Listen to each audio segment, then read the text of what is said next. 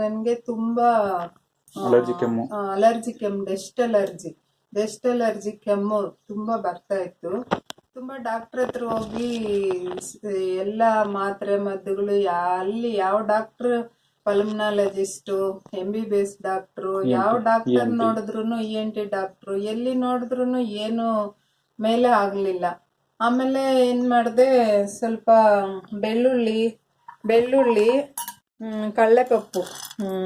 ಕಳ್ಳೆಪಪ್ಪು, ಬೆಲ್ಲ, ಇವು 3 ಐಟಮ್ಮು ಏನ್ ಮಾಡಿದ್ದು, 3 ಐಟಮ್ ನೈಟು ಮನಗೋವಾಗ 3 ಐಟಮ್ ಸ್ವಲ್ಪ ಸ್ವಲ್ಪ ಹಿಂಗೆ ಇದು ಕಳ್ಳೆಪಪ್ಪು ಸ್ವಲ್ಪ, ಬೆಲ್ಲ ಸ್ವಲ್ಪ, ಈ ತರ ಎತ್ಕೊಂಡು ಚೆನ್ನಾಗಿ ಅಗದ್ಬಿಟ್ಟು ನುಂಗ್ಬಿಡ್ಬೇಕು ಮನಕೊಳ್ಳೋವಾಗ. ಅದು ನೈಟು ನಾವು ಮನಗೋವಾಗ ಇದು ತಿನ್ಬಿಟ್ಟು ನಾವು ನೀರ್ ಕುಡಿಬಾರ್ದು. ನೀರ್ ಕುಡಿದ್ರೆ ಇದು ವರ್ಕ್ ಆಗೋದಿಲ್ಲ.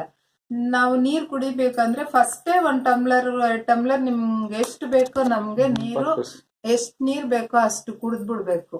ಆಮೇಲೆ ಇದನ್ನ ತಿನ್ಬಿಟ್ಟು ನೀರ್ ಕುಡಿಬಾರ್ದು. ಲಾಸ್ಟಲ್ಲಿ ಏನಾರ ತುಂಬಾ ಖಾರ ಆದ್ರೆ ಸ್ವಲ್ಪ ಜೇನುತುಪ್ಪ 1 ಸ್ಪೂನ್ ಹಾಕೊಂಡು ಕುಡಿದ್ಬಿಟ್ಟು ಮನಕೊಂಬಿಡ್ಬೇಕು. ಈ ತರ 1 ವಾರ ಮಾಡಿದ್ರೆ ಅಲರ್ಜಿಕ್ ಡಕ್ಕು ಚೆನ್ನಾಗ್ ಆಗ್ಬಿಡುತ್ತೆ. ಇವಾಗ ನನ್ಗೆ ಚೆನ್ನಾಗ್ ಆಗ್ಬಿಟ್ಟೈತೆ. ಇವಾಗ ನನ್ಗೇನ್ ಪ್ರಾಬ್ಲಮ್ ಇಲ್ಲ.